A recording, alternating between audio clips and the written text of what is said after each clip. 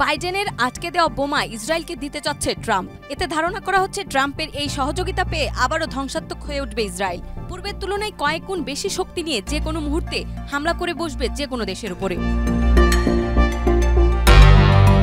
গাজায় সাধারণ ফিলিস্তিনিদের উপর নির্বিচার হামলা চালানোয় দখলদার ইসরায়েলের জন্য তৈরি করা 2000 পাউন্ডের শক্তিশালী বোমার একটি চালান আটকে দিয়েছিল সাবেক প্রেসিডেন্ট জো বাইডেন। তবে 20 জানুয়ারি দায়িত্ব নেওয়ার পর নতুন প্রেসিডেন্ট ডোনাল্ড ট্রাম্প এসব বোমা ইসরায়েলকে দিতে যাচ্ছেন। 250-টিরও বেশি ডিজাইন অপশন নিয়ে ওয়ালটন স্মার্ট ফ্রিজ, বোঝে আপনার প্রয়োজন। আগামী কয়েকদিনের মধ্যে চালানটির ছাড়পত্র দেওয়া হবে। যুক্তরাষ্ট্রে নিযুক্ত ইসরায়েলি দূতের বরাতে 21 জানুয়ারি এ তথ্য জানিয়েছে মার্কিন সংবাদ মাধ্যম এক্সকিউজ। এছাড়া ইসরায়েলের উগ্র বসতি স্থাপনকারীদের ওপর বাইডেন যেসব নিষেধাজ্ঞা দিয়েছিলেন ট্রাম্প সেগুলো তুলে দিতে যাচ্ছেন।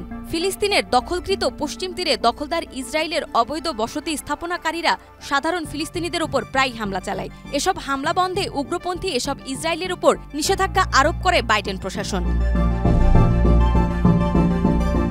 এদিকে শপথ গ্রহণের পর ট্রাম্প জানিয়েছেন তিনি বিশ্বে শান্তি আনা ও সব যুদ্ধ বন্ধের জন্য কাজ করবেন। তবে এর মধ্যেই জানা গেল ইসরায়েলকে বিধ্বংসী এসব বোমা দিতে যাচ্ছেন তিনি। গাজার খান ইউনিসের আল মাওয়াসি ক্যাম্পে 2024 সালের সেপ্টেম্বরে 2000 পাউন্ডের একটি বোমা ফেলেছিল ইসরায়েলি সেনারা। এতে সেখানে 33 থেকে 50 ফুট গভীর গর্তের সৃষ্টি হয়েছিল।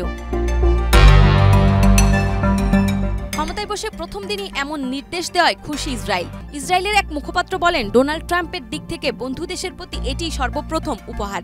এই উপহারের তারা যথাযথ ব্যবহার করবে। আর এতেই ধারণা করা হচ্ছে যে কোনো সময় শত্রু দেশের উপর ঝাঁপিয়ে পড়বে ইসরায়েল। নাজমা, মাই টিভি।